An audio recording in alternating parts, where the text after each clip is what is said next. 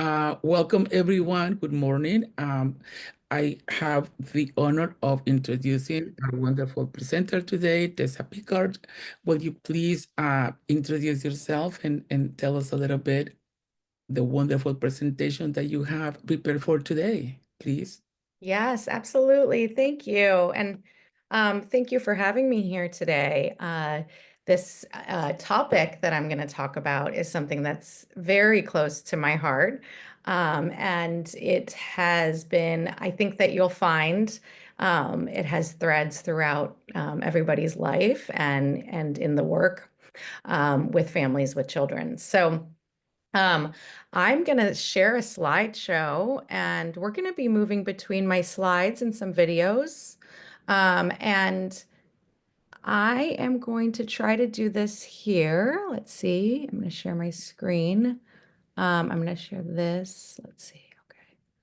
And I'm going to try this thing I've never done before. It's called presenter view. And I just want to make sure that the screen is, is your is what you're seeing fully. So let me do this. Okay.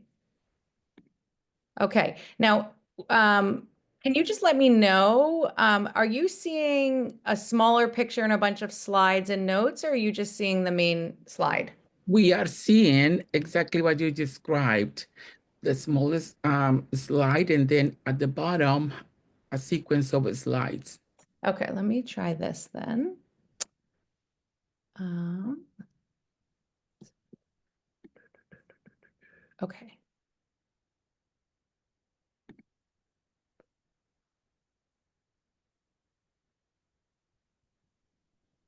Um,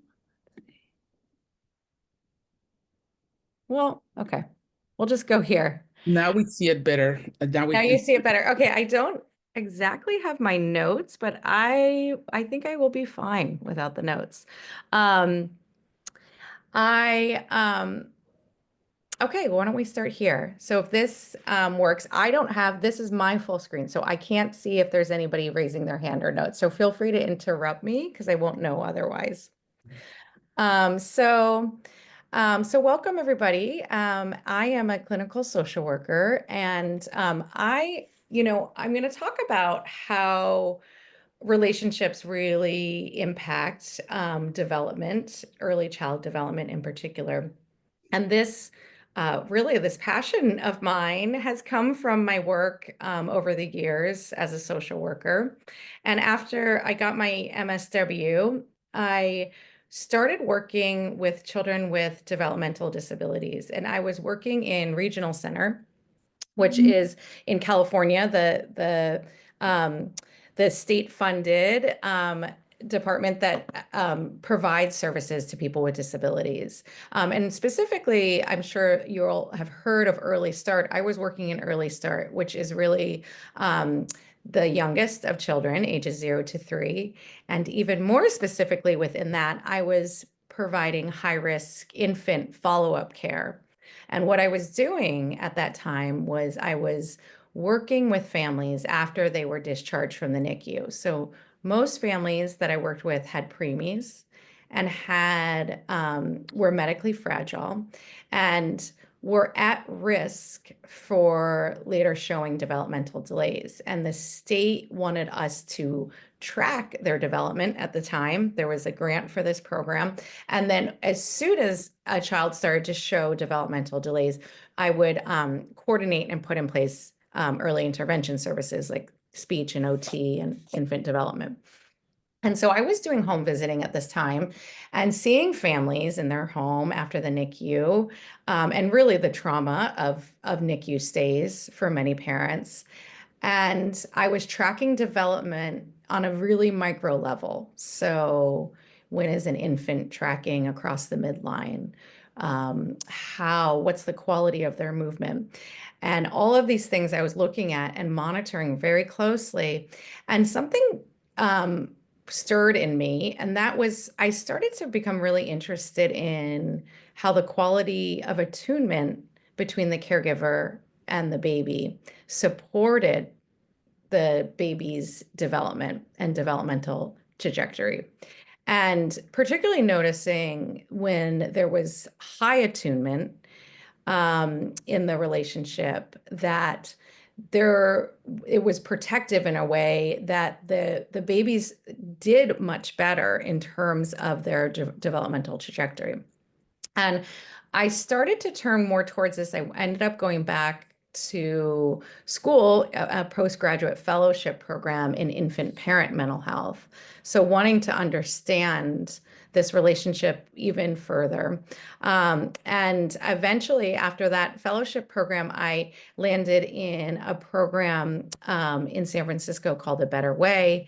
And I was supervising the early childhood clinic there for about 11 years and working with children who, ages 0 to 5, had been involved in foster care and working on really relational interventions in the early childhood mental health field, particularly for the young children. We don't see babies as individually for therapy. You see them in the context of their relationship with their caregiver, knowing that that relationship is going to be the framework in which the child is able to learn and thrive and grow.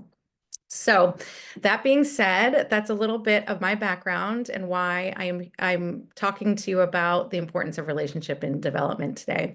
So I want to start with this quote from Yuri Brofenbremer. He is a psychologist who studied and looked at, researched child development within ecosystems. So what do children really need to develop well? And looking at macro levels. I know that you have your keynote speaker later today is going to talk about really the importance of like urban planning and parks and play spaces that are inclusive. And this is right tied into Brofenbrenner's work, thinking about what do communities look like that support child development, that children don't develop in isolation with a family. And I love this quote, and I want to come back to it as we move through the material. And it's that every child needs at least one adult who is irrationally crazy about him or her. And what we're talking about here, what I think Yuri Brofenbrenner is really getting at here, is children need to be loved. And that this love is a really powerful force in child development, and that children can withstand many hardships with a relationship with a caregiver that is consistent and loving. So, as I mentioned, we're going to be talking about the mental health of mothers and babies. We're going to be talking about child development and trauma and how that plays out together. And then we're going to be ending on looking at resiliency and relationships. And we're going to hopefully have a few minutes at the end for questions and discussion. But again, please interrupt if there's something burning that we should stop and think about together. Okay, so taking a step back from this and really thinking about our first relationship. So babies can be raised by many different caregivers. However, every human comes into this world through a mother, through the body of a mother. And this first relationship is really important. And this starts not at birth, but way before that. And some would argue that it starts even before pregnancy. So in infant parent mental health, one of the important questions during an intake is, was the pregnancy planned? And thinking about how this mother conceptualized the pregnancy is an important first launching step into their relationship. And that can obviously go in many different directions, but understanding, was the pregnancy wanted? Was the pregnancy a result of abuse or incest or rape? Was the pregnancy, long sought after and desired? So understanding this first what the relational tone of this pregnancy starts with understanding what the ideas around the pregnancy were for the mother at the time. And then during pregnancy, Winnicott really looked at, and he's a psychiatrist that looked at infant mental health. And he really talked about how pregnant mothers, he started to study pregnant mothers and how they really fantasize and dream about their unborn child. So this relationship is starting for the mother, importantly, during pregnancy. And the development is also happening for the baby. And the relationship is happening for the baby. So when we look at this picture of a baby in utero, while I want to start with the mother. So on the left-hand side, or my left hand, or when I'm looking stage left-hand side, you see a little foot kicking out on the mother's pregnant belly. And I want to talk about this for a moment from the development of a mother. So we talked about this, and then we talk about pregnancy. And when a baby starts to move and kick and give cues to a mother that they're inside and growing, it sets up a really important foundation of back and forth between baby and mother. And what that foundation looks like is as a baby moves or kicks, the mother thinks of the baby. And these are not even conscious necessarily thoughts. It's literally instinctual thoughts. Like, you get a kick or you get movement and you're thinking of your baby. And this kind of setting up of like that consistency, particularly after 15 to 20 weeks, when babies start to really move, and we're talking about typical development, when babies start to really move in the womb, this is setting up this back and forth communication between these two people. And this is important for survival because what it's actually setting up in the mother's brain is this idea of maternal preoccupation with the baby.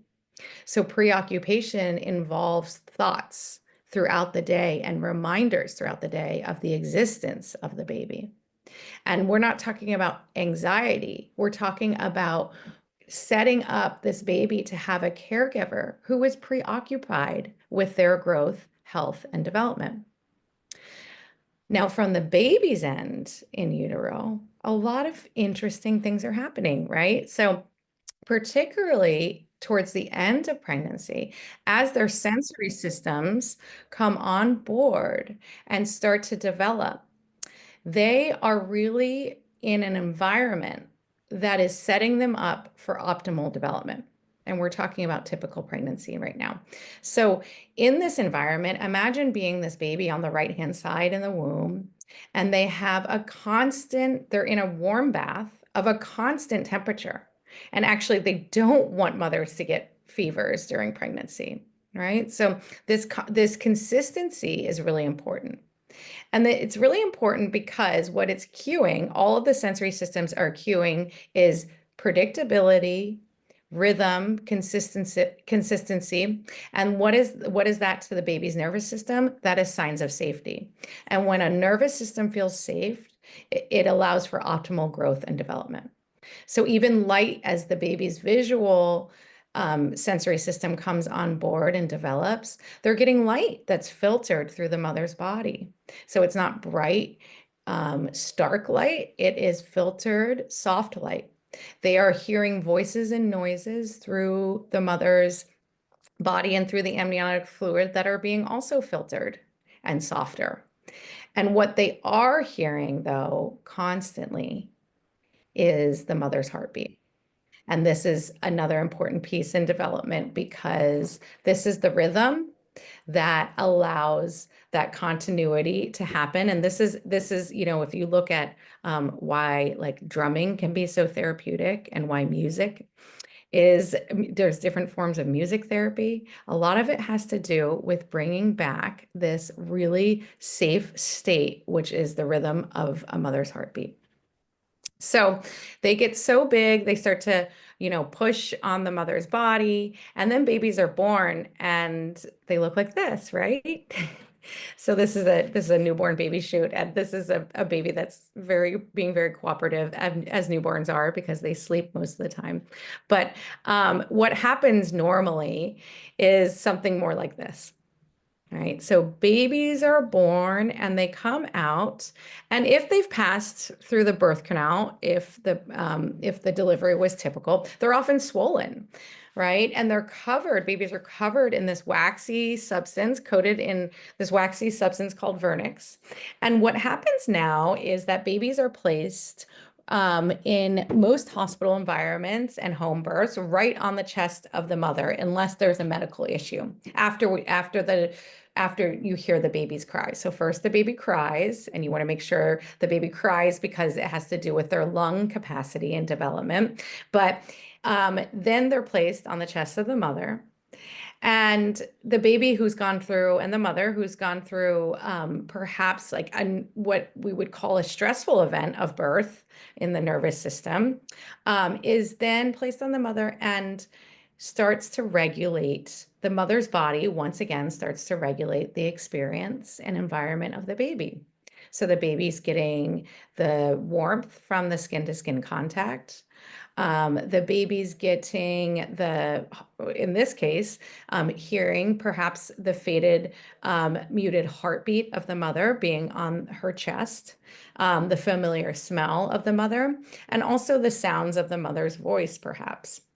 And this, what we know, is really important for the mother and the baby's development. The first 4 hours after birth have now been studied to be very important for the attachment and attunement between the mother and baby.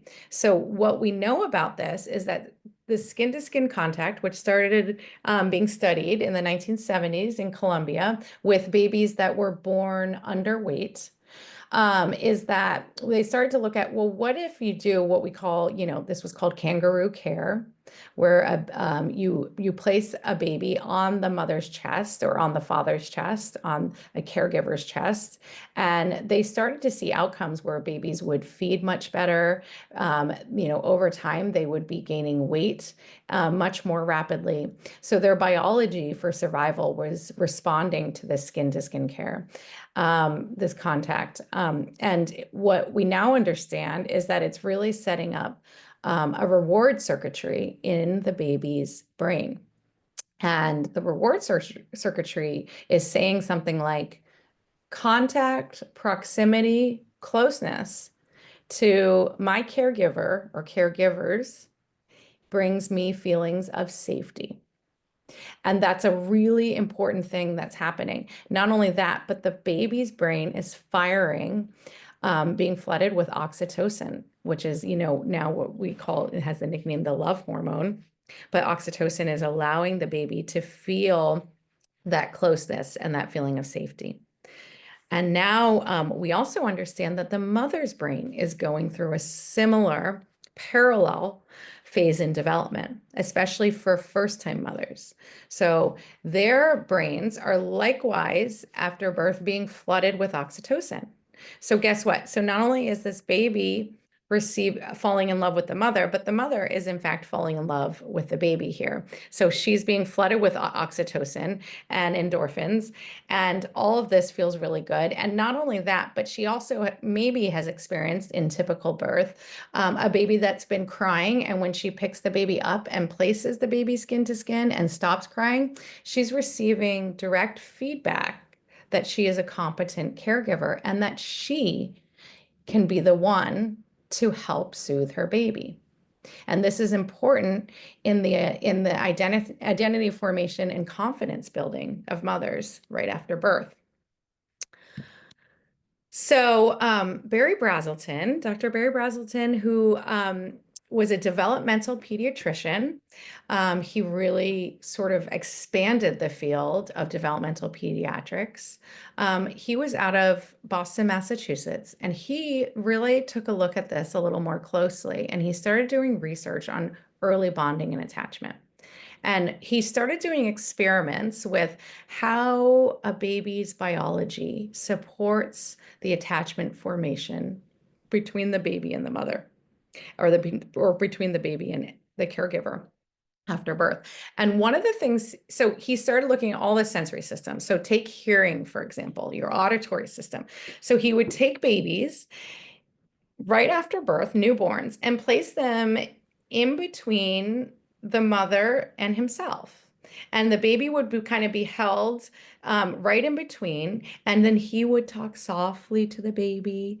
And then he'd stop and he'd ask the mom to talk softly to the baby. And then she'd stop. And then he would talk softly to the baby. And then he'd stop. And what they found was that babies preferred their mother's voice. They started to orient their heads at this hours after birth, and they'd start to try to orient and organize their whole bodies to turn towards the mother. And this also happened with fathers if they were around during pregnancy.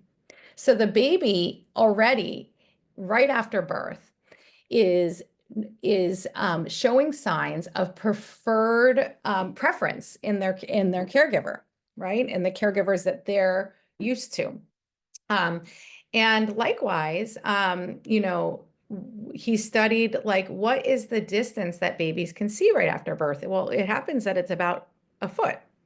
And what is a foot? Like if you think about what people do with babies after birth, right, around the world, truly, is they cradle them. And a foot is about the distance or an average distance between, an elbow cradle and your face. And so it's interesting that the site, the distance a baby can see right after birth in typical development is about the distance from their caregiver's elbow to their face. If you are able to see your caregiver's face, you're able to make eye contact. Babies prefer their mother's breast milk over other breast milk and formula in typical development. All of this is happening in many ways to support this attachment and bonding. I'm going to show a short video on another thing that is present right after birth, and that is mimicking. So babies have these things called mirror neurons, and they're able to mimic their caregiver. And I want to watch this video with an eye for how might the caregiver be experiencing this mimicking. And not only how is this really neat in the development of the baby, but how might the caregiver be experiencing this? Ooh, ooh.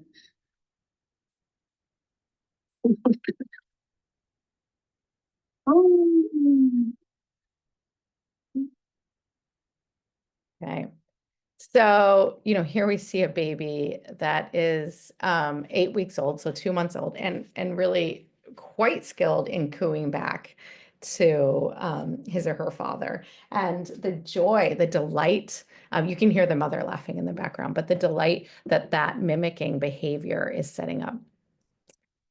So this is what's happening in typical development, and this is really laying the foundation for the biology of an infant and the biology of pregnancy to be supporting both attachment and development. Okay. So we also know on the flip side of this that mental health during pregnancy is a really, really impactful thing on a baby's development, particularly if there's stress. And we've now done studies on domestic violence and exposure to domestic violence in utero. And we can see now that this has outcomes for a child long after the pregnancy period. And this is even outcomes for a child that, like, let's say, was adopted at birth, but experienced DV in utero. Like you see patterns of that are highly correlated with that domestic violence exposure in utero, including like behavioral problems, not an academic achievement later on. So the mental health of the mother is really, really important. And so and supporting mothers during this time is also very important. We know that the baby is experiencing in utero, basically being in a hormonal bath in their mother's bodies. So whatever the mother's experiencing in terms of their stress level is something that the baby is going to be internalizing and also be laying the framework for as their brain grows and develop and their nervous system comes on board. And this is important, and it's important also after birth. And we're going to go into that right now. So I want to go back, and it used to be when I was in graduate school, and we were talking about the nervous system, the autonomic nervous system, sympathetic and parasympathetic. We were taught about fight, flight, or freeze. Right. And like, this is the concept that if you're like, I put a picture of a bear because if you're walking on a hike and you encounter something dangerous like a bear, your nervous system takes over. Right. And if our nervous systems, or if our brains rather, think that we have a chance at fighting whatever the threat that's there is, it might go into that mode. If it determines the best way to survive this would be actually to flee. That's what your body will do. If it determines there is actually no escape from this threat, nervous systems go into freeze. And this freeze state is a state where the body starts to shut down. Your blood pressure goes down. You're basically preparing your body for a potential attack and trying to minimize damage. So we used to understand that that was basically the nervous system states. And then came polyvagal theory. And polyvagal theory has been a really important theory that has changed how we think about our nervous system states. And I am going to play a video that explains the basics of polyvagal theory because I think it's really important, especially as we move through the rest of the material. Watch this. Why is dry made of diapers?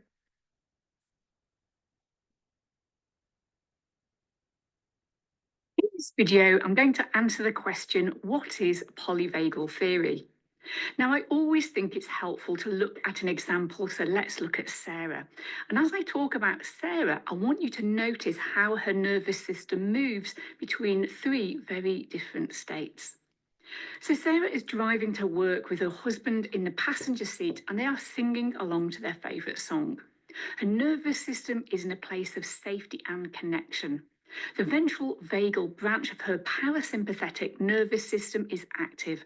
Her heart rate is regulated. She feels safe, peaceful, happy, active, and engaged. The world feels like a safe place, and she is at the top of the autonomic ladder. She suddenly hears the sirens of a police car coming from behind her and has the thought, have I done something wrong? Her heart rate starts to race. Her breathing is now short and shallow. She feels anxious and experiences a strong rush of adrenaline. Sarah is now in the sympathetic branch of her autonomic nervous system. Her fight or flight response has been triggered, and the world suddenly feels like a dangerous place. The police car quickly overtakes, and Sarah's heart rate and breathing eventually return to normal. And by the time she arrives at work, she is back in her ventral vagal state. Later that evening, she visits her brother, and her mother happens to be there. Now, her mother has bullied and abused Sarah since she was a young child. Sitting in the living room with her mother, she can feel herself starting to shut down. She feels disconnected from the conversation and feels numb. She has moved to the bottom of the autonomic ladder. The dorsal vagal branch of her parasympathetic nervous system is active. Her energy is low, her breathing is shallow, she has shut down and dissociated as a survival mechanism. So you can see that Sarah's autonomic nervous system was responding to signals in her environment via three very specific pathways: ventral vagal, sympathetic, and dorsal vagal. So polyvagal theory offers a neurophysiological framework to consider why you act in the way you do. And through a polyvagal lens, you can understand that your actions are automatic and out of your conscious control. So Sarah was not making a conscious decision to increase her heart rate when she heard the police siren, and she didn't decide to shut down when she saw her mother.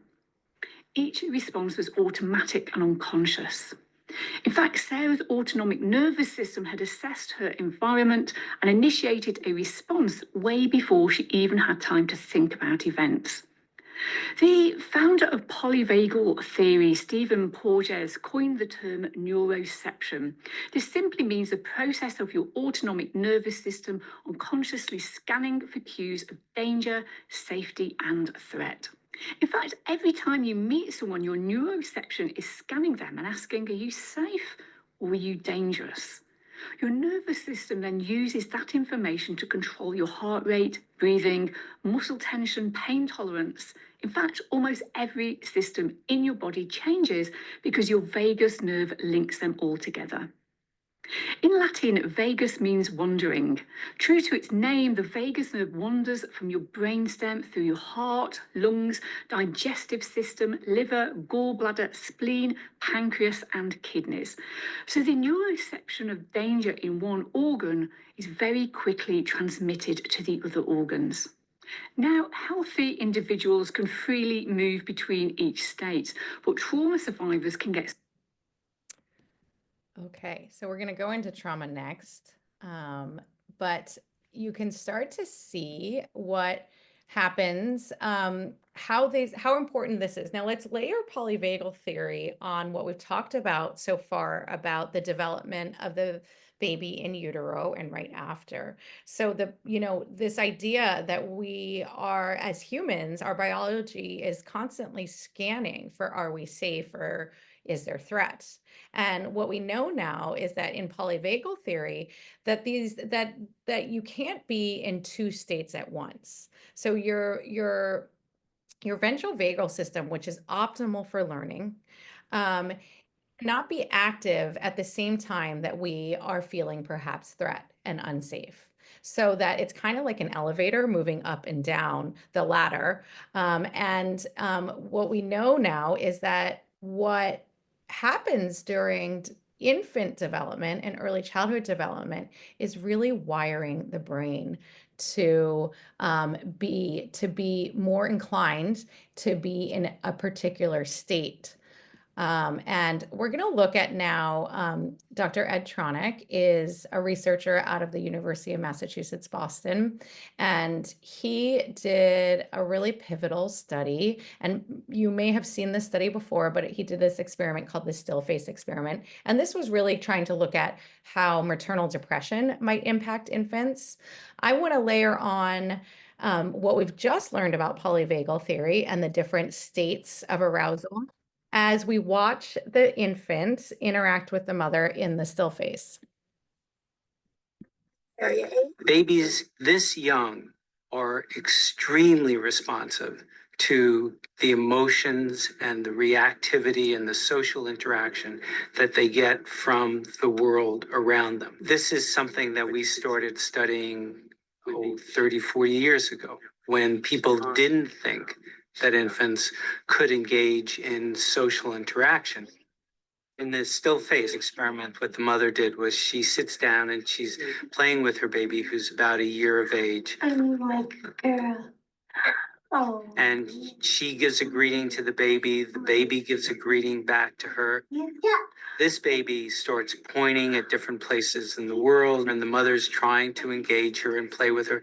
They're working to coordinate their emotions and their intentions, what they want to do in the world. And that's really what the baby is used to. And then we ask the mother to not respond to the baby. The baby very quickly picks up on this. And then she uses all of her abilities to try and get the mother back. She smiles at the mother. She points because she's used to the mother looking where she points. The baby puts both hands up in front of her and says, "What's happening here?" She makes that screechy sound at the mother, like, come on, why aren't we doing this? Even in this 2 minutes, when they don't get the normal reaction, they react with negative emotions, they turn away, they feel the stress of it. They actually may lose control of their posture because of the stress that they're experiencing. Yeah. And what are you doing? Oh, yes. Oh, what a girl. It's a little like the good, the bad, and the ugly. The good is that normal stuff that goes on that we all do with our kids. The bad is when something bad happens, but the infant can overcome it. After all, when you stop the still face, the mother and the baby start to play again. The ugly is when you don't give the child any chance to get back to the good. There's no reparation, and they're stuck in that really ugly situation. Okay. Okay. So, we can start to imagine. You ever buy a planner, swear this will be the year that you get Oh, your life together, sorry, and one then second here. a month in, it's just a graveyard of abandoned to-do lists. Yep, same. I have. YouTube has a way of continuing. Okay. So trauma and can really impact brain development. And trauma is different when we look at adults. So adults who experience a traumatic event that do not have trauma in their childhoods, their trauma and their triggers for trauma are specific reminders of that event. So let's say, there was something that happened that was like a fire, and the adult then might have a fear associated with triggers and reminders of things that happened around that event. However, when trauma happens to the developing brain, before a baby can make sense of it, because their brain is not yet developed to make sense of things that happen in the world around them, it will impact the wiring of their brain in terms of their nervous system and how quickly they get escalated. So what we've learned now is this idea of use it or lose it in brain development. And this is a really stark example of this. So on the left-hand side is a three-year-old brain cross section, and you can see it's a healthy brain. That you can look at the size. On the right-hand side, you see a 3-year-old brain that of a child who experienced extreme neglect, actually from an orphanage, and you can see how much not only smaller in size, but how less filled in, how much more black there is in the brain structure. And what we know now is that when a brain is developing, so many neural synapses are firing and growing. And the ones that get repeated, the brain knows, okay, I'm going to keep this. And the ones that are not repeated, they start to prune back. And this pruning is really important because it allows for more consolidation of learning of whatever is important to that human's world. But when so much pruning happens because of the lack of experience and exposure, you can see that the brain growth is negatively impacted. Now, this next video is a really stark example of this. And this is Renee Spitz, who's a researcher, and I think in the late 1940s, 1948 or so, he started looking at orphans. And we now do not have orphanages in the US, in part because of this research. So they started to look at what's the difference between an infant receiving what they call custodial care, which means their basic needs are being met. They're being fed, they're being changed, they're, being put to bed, but the caregivers were constantly changing. So no one was developing any kind of long-term relationship with these babies. And that goes back to Yuri Brauffenbeimer's idea of having one adult that's crazy in love with this child. And they looked at that and compared that to babies that had been placed into homes, even if it was not their home, but they were raised in homes in relationship with fewer caregivers. So these videos, I'm going to do this very briefly because I don't want to run out of time, but we're going to look at what happens Hi, to my name babies. is Stacy, and I'm the owner of Olive and Betty's, a boutique the two babies that do not receive relational care. I don't even need to turn the video, the sound on because there really is no sound. This is a baby 9 months, 8 days, and who did not experience relational care for the first 6 months. And these can be hard to watch, these videos, but you can see that not only is this baby would probably qualify as failure to thrive in terms of, you can see how small the size is of this baby, how much self-stimulating behaviors the baby's doing. You can look at the motor movements of the baby and see how stunted the development is for this baby. Let's see. So this baby looks probably more like a 6-week-old baby or 8-week-old baby, like developmentally, and yet this baby is 6 months old. Here's another baby that he studied that was 10 months old and did not have consistent care for the first, I think it was 7 months of life. But, 10 months old in typical development, early 10-month-olds maybe are starting to walk. Walking sort of happens between 12 and 18 months typically, but early walkers can be walking now. Many babies are crawling. Most babies are sitting up. You can see how impacted this baby's development is. Okay, I'm going to close this one so it doesn't start an ad while I'm talking. Okay. So, Renee Spitz's work was really important in laying this foundation for also how do we take care of babies if they're not able to be with their caregivers. So we now can see how much early relationships can impact development. And we can also begin to see from the still phase experiment how mental health can also be impacted. Not for the baby, but the mother's mental health can impact development. Now, another important study is, as I'm sure many of you heard of, is the ACEs study. And this is in the 1980s. It's a study with a large sample size of Kaiser patients, all income levels. It was just in Southern California, basically taking Kaiser patients and looking at and having them fill out these questionnaires about their early childhood experiences. And what they found is fascinating, which is that the number of early childhood experiences, particularly the number of adverse experiences you have, becomes what they call your ACEs score.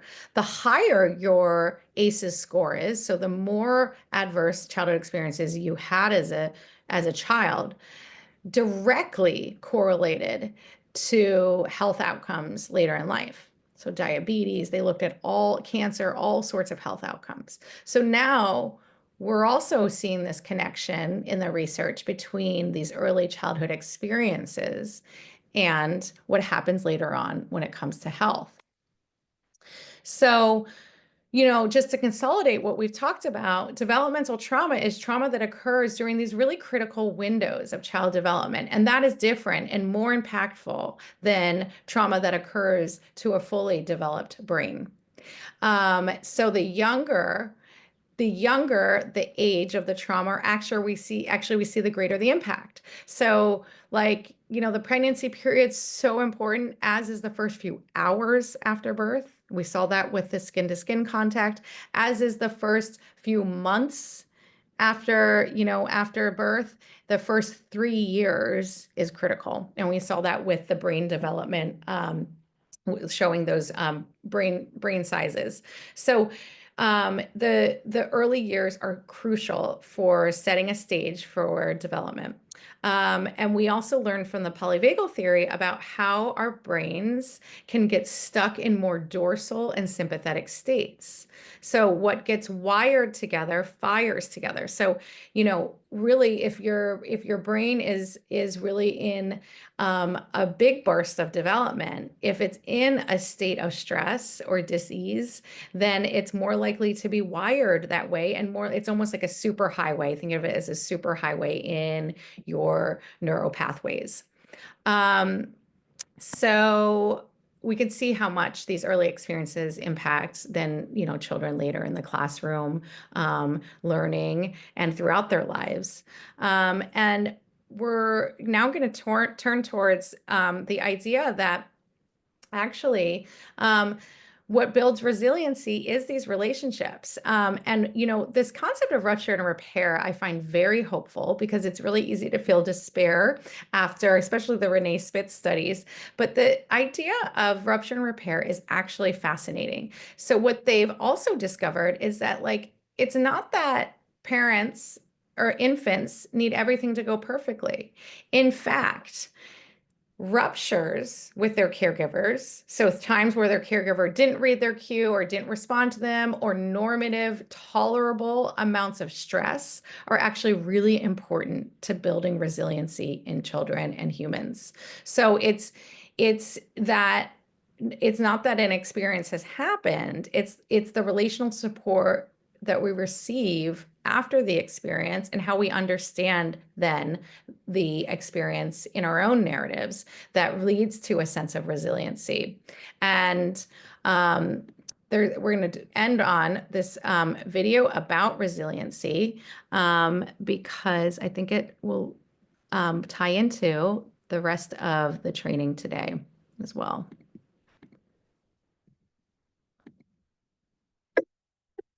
Resilience is not some magical quality. It's something that really can be built even in difficult circumstances. A key active ingredient to building resilience are the relationships kids have to others who care about them. Of course, families play a very important role, but nobody raises children in isolation.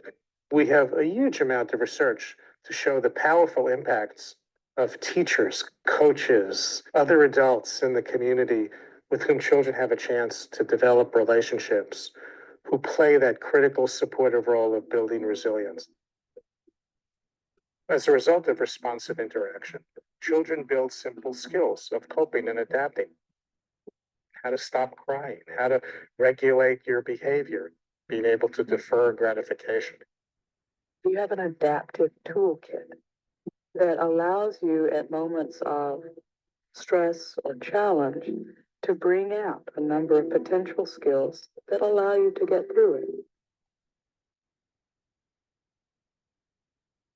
As children get older, the sophistication of those skills increases. Being able to monitor situations, solve problems. The way we as a society can nurture the development of resilience is to help communities to pay more attention to building the capabilities of the adults who care for children and provide the supports they need to tip the scales toward more positive life outcomes. And when communities say, we want to be an active part of crafting the solution to really understand what's necessary to produce the resilience, that's when the ball gets rolling. Resilience building, capacity building is really in everyone's interest, and everyone reaps the benefits when we do that well. Okay, I'm going to close this too. All right, so back to this slide. I just want to take a moment to think about this piece and, just honor the fact that, people are here today because they're interested in learning about or already working with perhaps families with children or perhaps in a teaching capacity. And I just want to highlight really the importance of the work that people move into. It's not just in therapy, it's really on every level in which you're working with people that you can have an impact and have an impact on a child's life, have an impact on the feeling of safety and security for not only a child, but also their caregiver and their community, and how important it is that we invest in our communities and in caregiving and people feeling supported in order to optimize really the best chance of growth and development for the next generation. So this is where my presentation ends, and I'm going to stop my share, and we can go to any questions or anything that came up for folks during this. Hi, Tessa. Wonderful presentation. Thank you so very much. So informative, so inspiring. So we really appreciate all the information that you had given us this morning. And there is a question that kind of relates to the very beginning of your presentation. Does the mother's heart rate impact in some way the baby's sense of safety in the womb? That is a really good question. And I cannot answer that from a scientific, or that is not my training. However, I could imagine that the baby would be receiving cues, particularly from a baseline heart rate to a rapid heart rate. All right. So that I could imagine being a nervous system imprint on a baby of what that experience might be like. And particularly the hormones that might be released that follow that rapid increase. Thank you so much. And there is another question. Is there any way that you could please address the potential regression of a child, of a baby, due to parents' parental separation?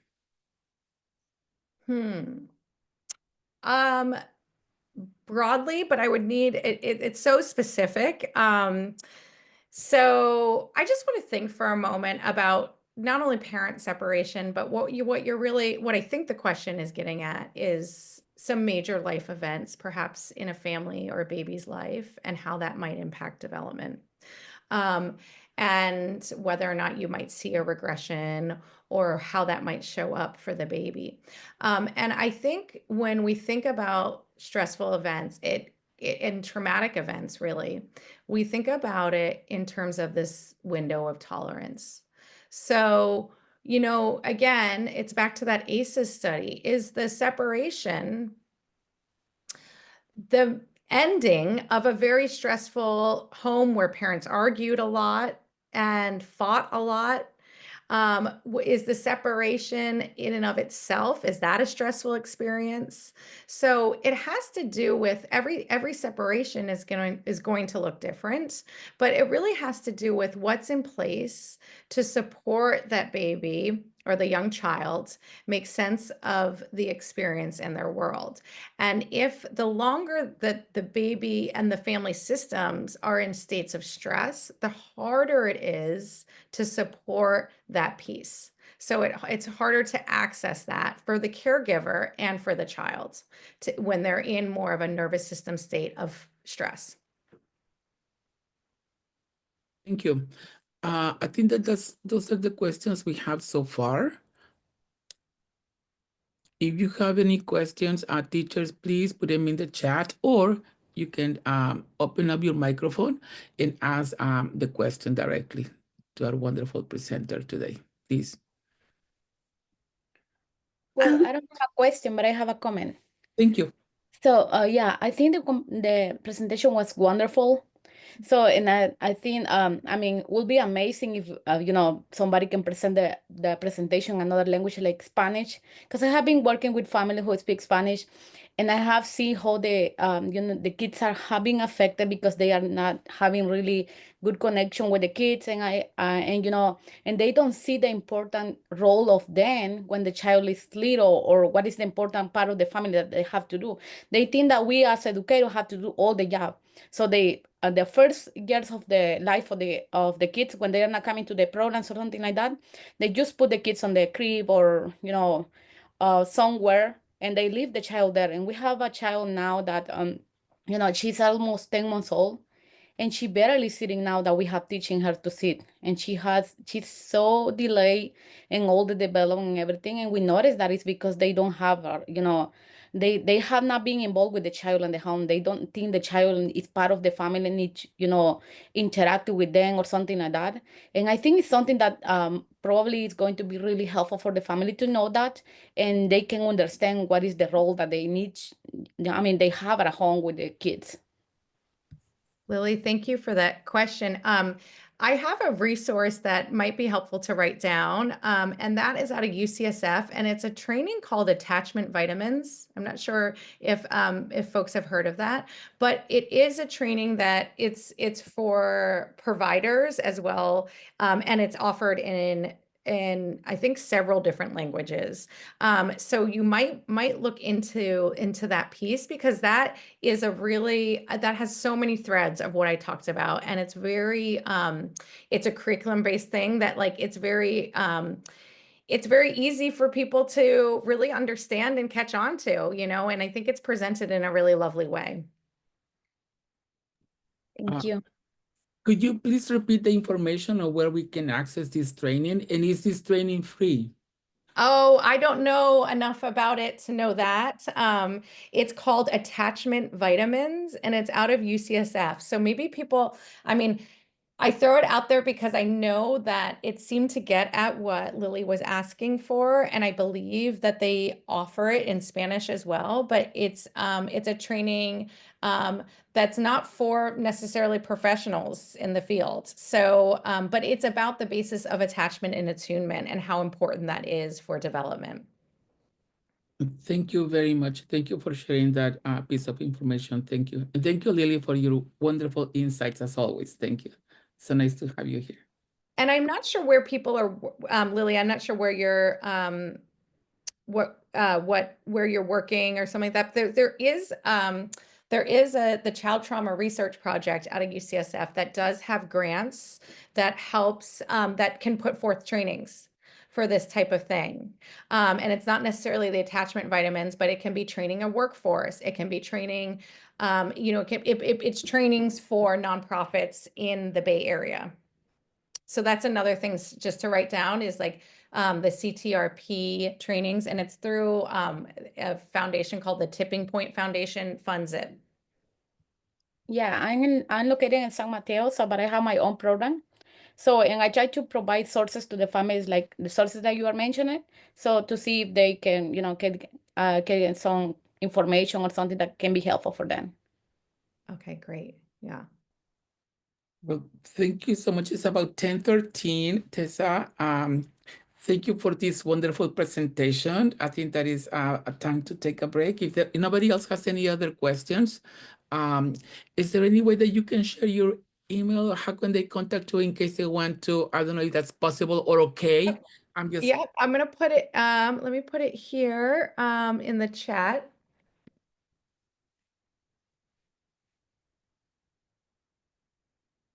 That's my email address. And it was lovely speaking with you all today. Thank you for taking the time to be here and to think about early childhood and really the power of relationships together. I enjoyed it very much. Thank you. Thank you so much. Bye. Thank you. Thank you. Thank you. That was a wonderful presentation.